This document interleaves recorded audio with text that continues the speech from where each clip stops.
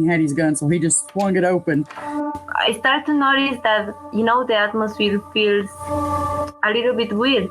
First thing he seen was this 6.5 foot tall, broad shoulder, dark hair. That freaked him out. We hadn't talked to her about like life and death and what any of that means. She's 3 years old, So we turned around. Suddenly there's a whole tree falling across the road. And she was describing to us that, there was a deceased person that she could see visually.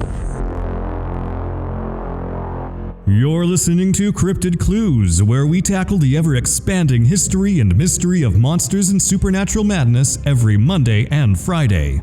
You can find us at CryptidClues.ca for more information, or even check out exclusive content such as interviews and D&D campaigns at patreon.com/CryptidClues. Hello everybody, welcome to Cryptid Clues. I'm your host, Reuben Olson, joined by our big boy, Taylor Field. In today's episode, we cut away at the crust of the earth and see if my sense of humor is just as hollow as our 30-second shilling moment where I tell you to go ask us questions over at our email, cryptidclues@gmail.com. Check out our website as well at CryptidClues.ca and join our Patreon for as low as $1 for ad-free exclusive content and more at patreon.com/CryptidClues. Finally, well, not exactly finally, you can find us on almost all social media. And now for the real finally, check out our newly launched series, Haunt of the Grassman, right here on the Cryptid Clues feed and continuing over in our aforementioned Patreon. But enough from me. Take us through the journey into the center of the Earth, Taylor. Well, yes. So, what is the Hollow Earth? Essentially, it is a proposed theory that the entire planet is completely hollow, or at least contains a massive interior space. Even though this theory has faced several instances of being debunked throughout history, it's still strongly defended as being true even up until this day. I thought it was in King Kong. Doesn't that mean it's true? I mean, anything on the big screen is true, right? The movie doesn't lie. Yeah, there's the whole scene where Kong like jumps into the center of the earth. They have the hovercrafts too. I mean, that's all real. That's all real. Yeah. Enough monkeying around. You can carry on. Yeah, even closing it out to get us back on track, you turn into a pun. That's brilliant. In 1818, there's a man named John Cleves Sims Jr. Probably, I hope I said that correctly. And basically, this man presented the concept that the Earth was a hollow shell that contained openings at both poles, with 4 inner shells each open at the poles. So this theory made him very famous in this community, and it's just in, science as a whole as well. And there was almost an expedition that began to possibly form in response to this concept. Now, these concepts became only more prominent over the next few decades, and there was another man named Jeremiah Reynolds that actually delivered lectures on the Hollow Earth concept. And he is another person who really argued for an expedition to form. So all these people really want to get out there and really see, hey, is there an actual hole out there? Now, while John Sims never actually published any books on his research, his ideas were published in works by other prominent authors. One such author was in 1864, Journey to the Center of the Earth, Mr. Jules Verne.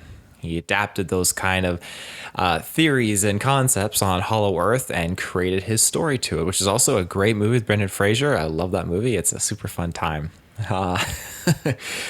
One of these hypotheses, however, claims that humans live on the inside surface of this hollow spherical world, and the universe itself is placed in that world's interior. Now, this variant theory is called the concave hollow Earth hypothesis. This take resulted in many authors again building off the concept and publishing many books on it. There isn't historical proof on this, but it's speculated that Adolf Hitler was influenced by the concave hollow Earth theory and that he even sent an expedition that went unsuccessfully. But I digress. Let's look at the entrances to the supposed hollow Earth. Rumored to be located in our north and south poles, and of course NASA isn't helping diffuse the situation. It could be the shape of clouds, maybe just many semi-cut-off feeds from the ISS don't help this either.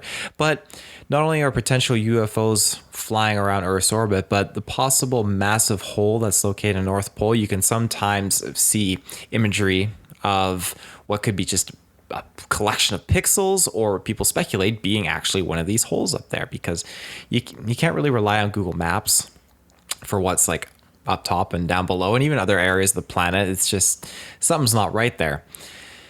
Now, aside from the apparent blocking of truth on what's really going on out there, we know that on a more public note, even flying over Antarctica isn't really allowed in some cases.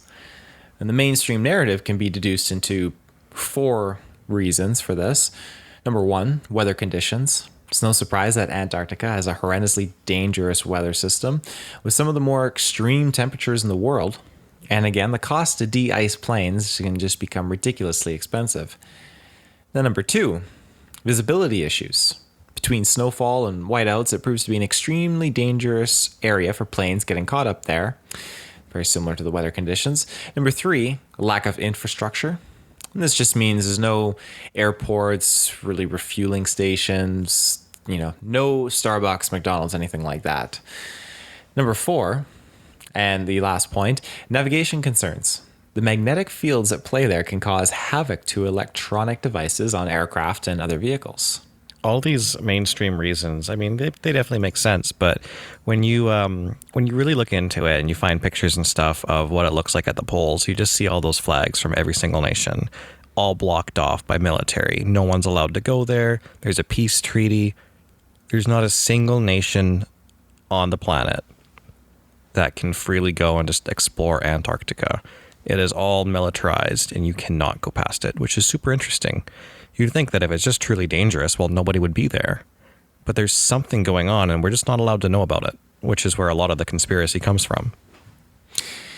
On top of that, too, the world spends so much time just wasting away trying to form peace over other mediocre things, but rarely is there a time in human history where all the countries of the world can really come together on something. And then all of a sudden here in the Antarctica, you have everyone coming together, like, boom, peace treaty, just like that. Yeah, no, that's super crazy. There's definitely some weirdness going on, and I wish I could go out there and take a peek at what's going on, but it's too darn cold. Yeah, it's a little chilly. On the concept, again, of these entrances going into the Hollow Earth, the entrance in Antarctica now is supposed to lead to this whole new world where there's undiscovered massive ecosystems that exist, animals all shapes and sizes, some that have been thought to be extinct. And the kicker here, advanced ancient civilizations, or simply advanced alien civilizations, but both having advanced technology nonetheless. Yeah, I find it interesting that you bring up aliens underneath, because that's something we'll explore a little bit later in the show here. But one thing I wanted to bring up before I forget is, if we're going to assume that alien civilizations are actually coming from inside the planet, not necessarily from outer space, there's lots of precedents of UFOs and stuff rising out of the oceans and returning under the water when they disappear. Whether it's people on planes witnessing these things, Navy, just reports of UFOs in general out in the ocean areas, they just pop out and pop back in. They're not coming down from the sky in that sense. Of course, out here on land, you see them go wherever or just disappear. There's a term for that, underwater UFO. What is it? Is it USOs? Unidentified submerged object. I believe that is it. That's super creepy, because I really do not like the deep water. No. You can imagine there's ships under there too. That's all. Yeah, that's all. Can you imagine all the whales that see these things? Oh, I think whales are shook. I think they see some shit. They do. That's a sentence. I think the whales are shook. If only they could speak, but they're actually just being mind controlled. Never again able to speak English because of the things they would tell us. What a whale of a tale. So now these holes, of course, like I mentioned before, they're blocked and they're hidden by the elites of our world. My whale theory doesn't hold any water. I have to apologize. Oh my God. Just when I think you're out of puns, you always sneak one in there. It actually blows my mind. We got to do like a world records thing here and see how many puns you can slip into a sentence. I refuse because I would speak for too long. That's fair. But yeah, anyways, so we have the elites of our world. They're basically hiding and blocking any kind of visualization of what's going on with these entrances. And a common claim that the Earth is not hollow actually falls on the idea that the deeper into the Earth you go, the denser it becomes in its layers. Makes sense, thicker rock and everything like that. However, a professor of geophysics from the University of Chicago named Andrew Campbell, this person came forward and stated that the Earth has a density of 5.5 grams per cubic centimeter on average, while rocks in the crust have a density of 2.7 grams per cubic centimeter on average. Again, this is what Campbell used to explain that if the planet was indeed hollow, its density would be lower, not in fact higher as science claims. Campbell also claimed that, and I quote, "Scientists cannot visit the Earth's interior, but have other means for gauging its composition. For example, they can analyze the waves produced by earthquakes that run through the Earth's interior, slowing and changing paths as they encounter the boundaries of its internal layers." End quote. So I like that that take where he's talking, hey, the density of the Earth gets a little bit smaller, a little bit thinner here per square inch. Sorry, not square inch, cubic centimeter. Square inch is totally different. That's way different. Yeah, very different. I've been dealing with square inches lately at work. Yeah, I give you an inch and you take a mile to keep you square here. So I'm curious what you think on this, Reuben. Of all the things to ask me a question on, it's about the density of the Earth's crust. Like I'd have any interest in that in my day-to-day life. No, honestly, I have no idea what you'd want me to say there. The Earth having a density of 5.5 grams per cubic centimeter. Well, what? Okay, I'm lost. You've lost me. Get me back to the magic hollow Earth theory. You know all about cubic centimeters, right? That's No, I definitely do not. It's very minuscule. That's we'll leave it at that. We'll leave it at that. But is that like quantum centimeters? I mean, it probably can be attributed to quantum centimeters in some shape or form. You never know. But magnetic anomalies, this is probably much up your alley here. Now, the poles, again, have no shortage of magnetic wonders occurring there due to the snow, ice, seawater, and the rocks as well, going down to the cores at those points. But magnetic surveys that are done have to be done repetitively because most of this data to be consistently accurate, again, needs to be consistently done because the south magnetic pole is actually constantly shifting due to changes in the Earth's magnetic field. For example, the time that we take our ad breaks is always shifting as well.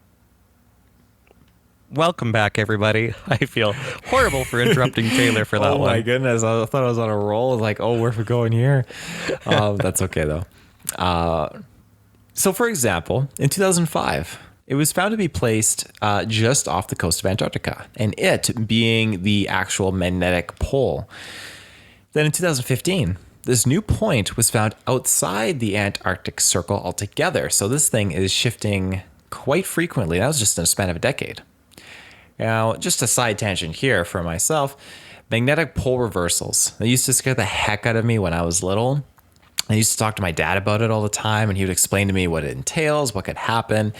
And the last reversal to occur, as published in 2019, was around 780,000 years ago and lasted for 22,000 years. While magnetic fields can still cause tsunamis and other natural disasters, these days it seems a flipped magnetic field would unfortunately just disrupt communication systems, power grids, and again, also affect birds and sea life that follow migratory patterns and use the field to establish their sense of direction, but I digress. That's what I was trying to say.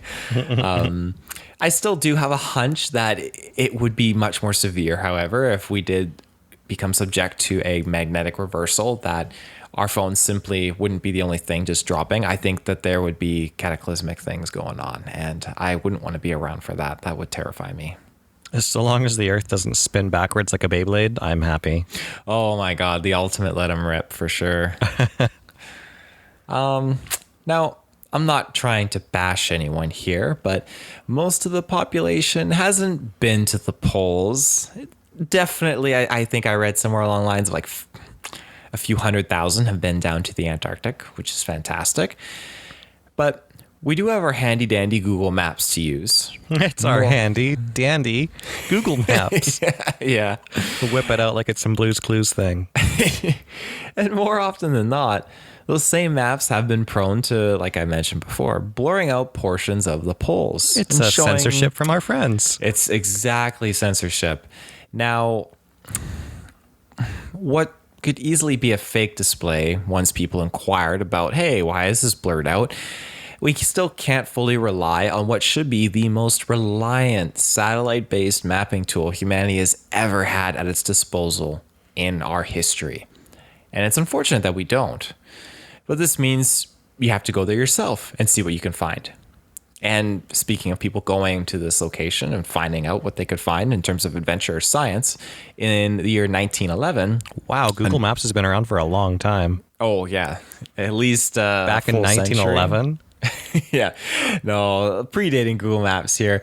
Norwegian team led by explorer Roald Amundsen was the first to ever reach the South Pole.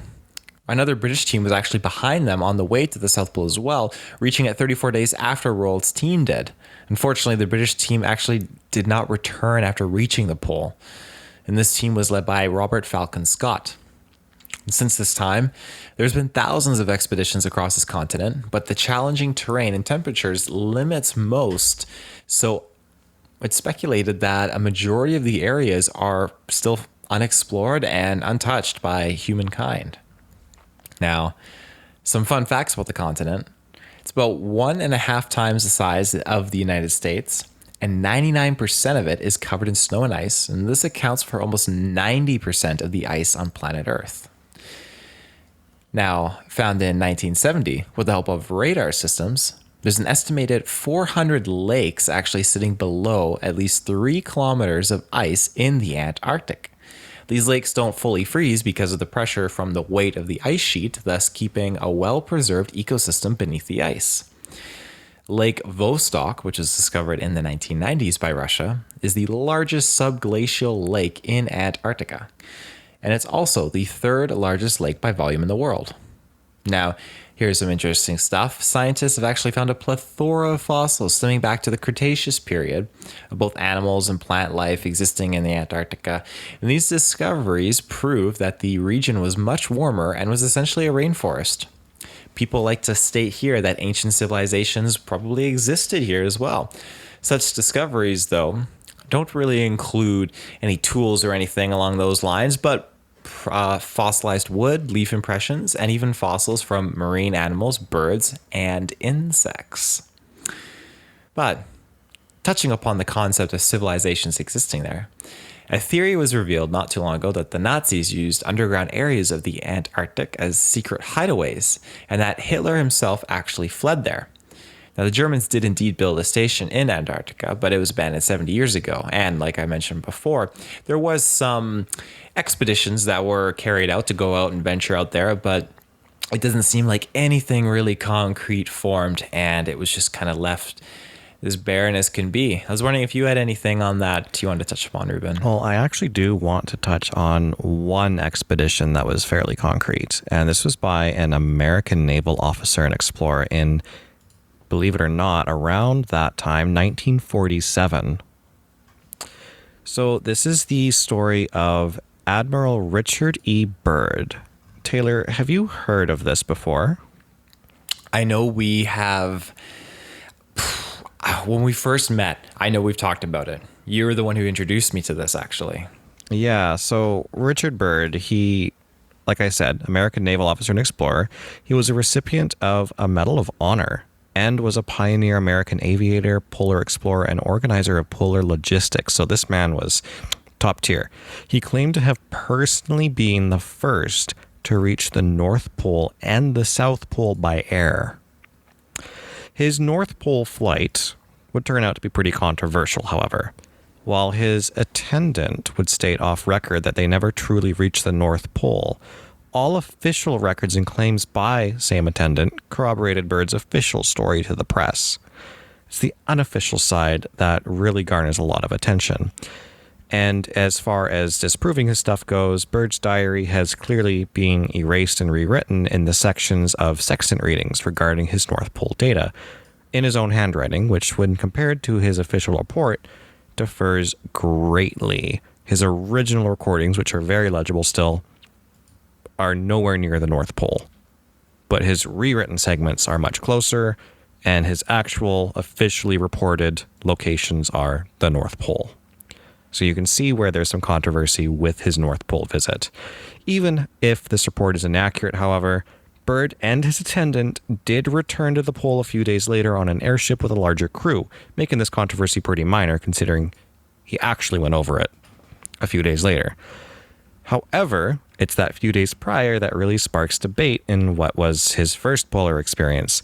Bird's diary was published after his death by his son, and hidden within this diary is an unbelievable tale that, if he was truly censored the way this diary seems to exclaim he was, I think it's a miracle that this diary was allowed to be published at all. And I'm going to start this off with some excerpts. I'm not experts. I'm no expert on his diary. Some excerpts of his diary. I must write this diary in secrecy and obscurity. It concerns my Arctic flight of the 19th day of February in the year of 1947. There comes a time when the rationality of men must fade into insignificance, and one must accept the inevitability of the truth.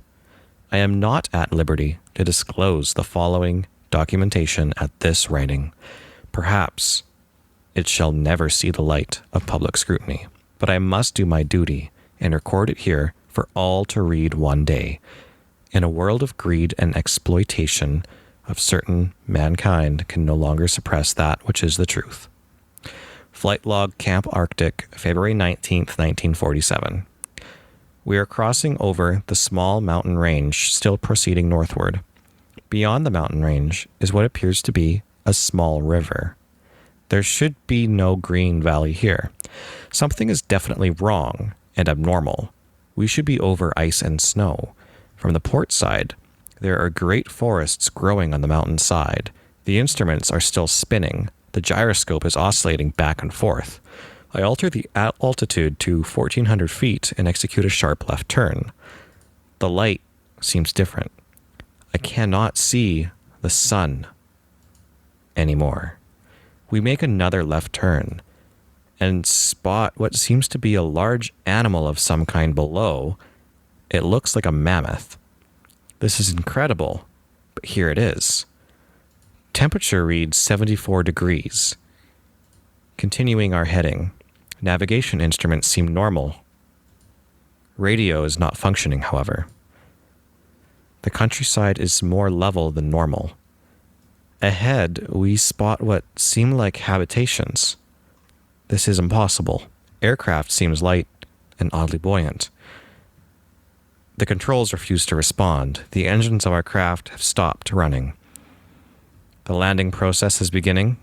I am making a hasty last entry into the flight log. I do not know what is going to happen now.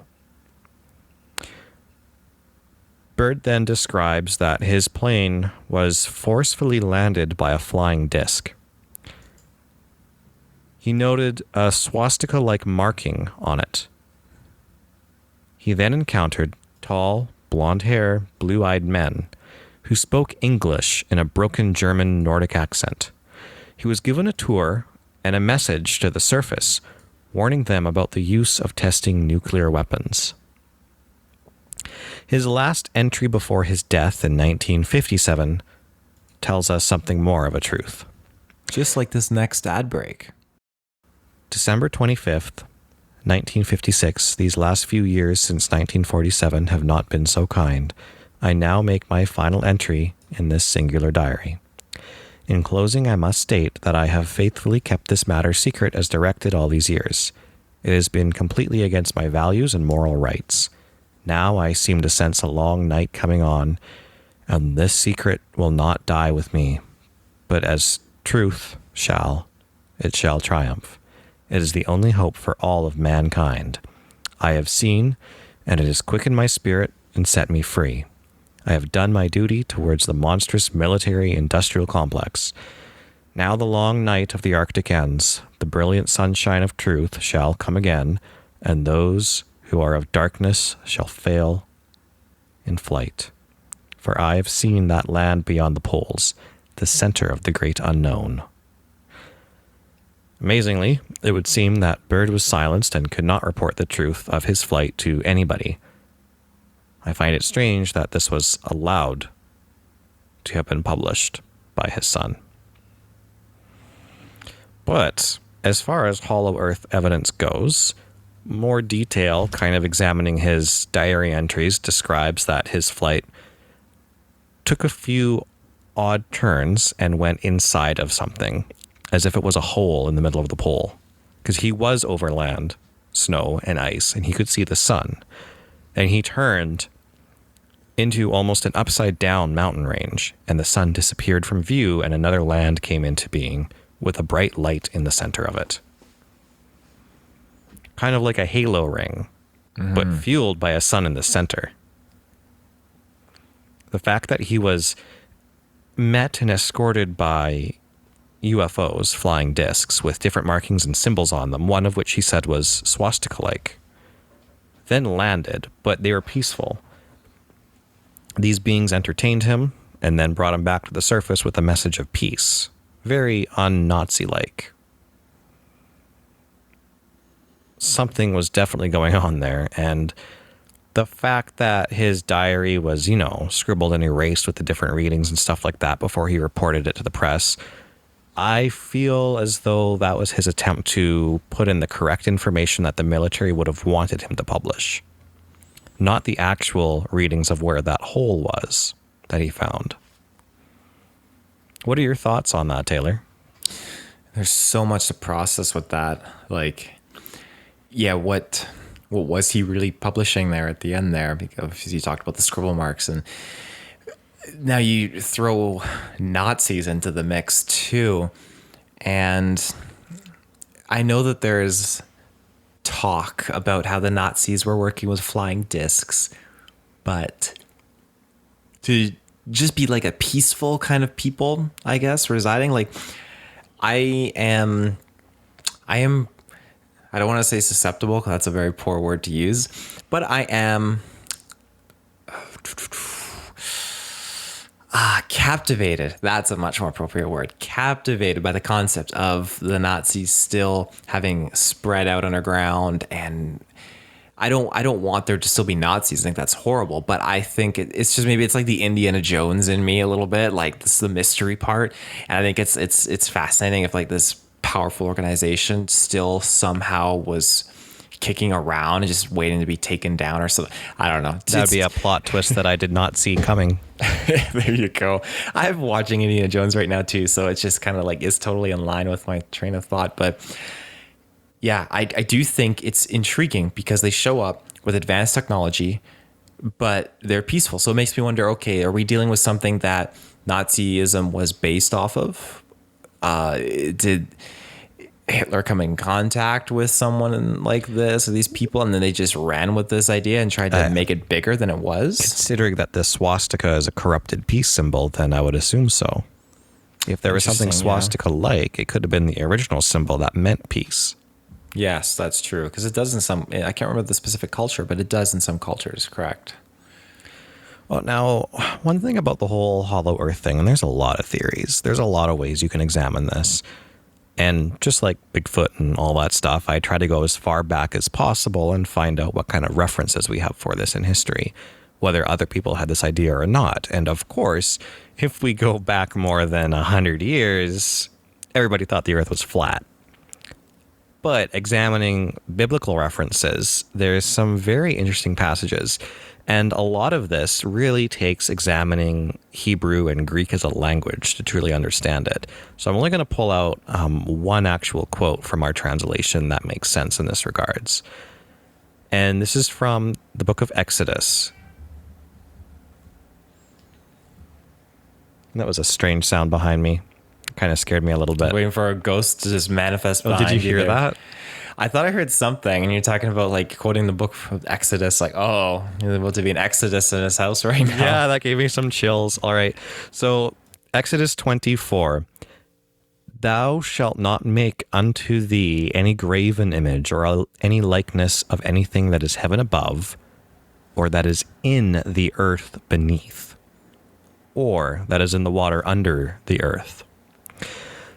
Examining the language behind this, it really is talking about how it would be kind of heresy to the people that this passage is being spoken to create for themselves idols and things like that of images from heaven above, or to create statues and stuff like that of anything that is inside the earth beneath their feet, or that is in the water under the earth. Not the oceans or the seas, but different water. This was directed to a group of people, this passage. It was not really directed as anything else but a commandment to them. And if you go back through other passages in the Bible, there are lots of references to inside the earth, the crust of the earth. When it talks about different places on earth, or hellish places primarily, it talks about places under the feet, which you would assume would be underneath, underground, inside the planet. Interestingly enough, if you go back far enough, there's also some words for Earth that seem to indicate it being slightly different than the Earth we're on today. So there's a lot of theories that sprouted from this, touching on the idea that the Garden of Eden is actually somewhere inside the inner Earth, and that, according to that timeline in this theory, it would also be the home to the land that Cain is confined to walk for all eternity for being the first murderer. Now, I find it also interesting then to assume that a lot of cryptids and things like that we've kind of traced back to be maybe related to fallen angels, Nephilim, stuff like that, seem to like to wander into underground tunnels and just disappear. So if we're putting the quantum Bigfoot theory aside for a little bit and we go back into the maybe like an underground fallen angel type theory or something like that, they have to go somewhere. And caves would be a pretty bad place to live. So some of these underground cave networks are pretty deep. If they actually do go past some kind of gravity flip and go into a hollow earth, well, I guess that's a possibility, and a pretty entertaining one at that. Would also give a lot of room for other things like plesiosaur, Ogopogo type cryptids to be in underground hidden lakes and stuff. I find it a fantastic idea that there could be a completely separate continent beneath us with its own separate light source and everything. Well, I know the Antarctic has underground mountain ranges. I say underground, but it's under ice mountain ranges. So I wouldn't put it past. Like it's a very plausible thing. We've talked about it before. Underground caverns that are in bodies of water that are cut off from the rest of the world that might open up from an earthquake or something like that. And again, tunnel networks. And if the biblical Earth before the flood was actually inside, it would make sense that the flood, when God says he opened up the windows of heaven to flood the earth, was actually really the surface ocean coming through the underground crust and flooding the center of the earth. Mm-hmm. Which would have subsided at this point and fed the land to sprout greenery and trees and all that stuff. Moving away from that, one other thing I wanted to bring up, kind of just as a closing note, and maybe something we could explore for a future episode, would be the concept of not flat Earth in a sense, but the concept of Earth being much, much larger than it appears to be. So much so that our point on the surface is rather flat, and that the ice wall around us is part of a much bigger globe. Have you seen that at all? The big, I haven't seen that before, no. It's got a name to it, and I can't remember it, but it basically it makes Earth look like a big snowball with a little dot at the top, and that's us. Those are all the continents and everything. Now, if that Earth is hollow, it would be absolutely massive inside the center. And if it's not ice all the way around, there would be other continents and other land and stuff beyond that. So if Admiral Byrd did not in fact go inside the Earth, but went past the North Pole area.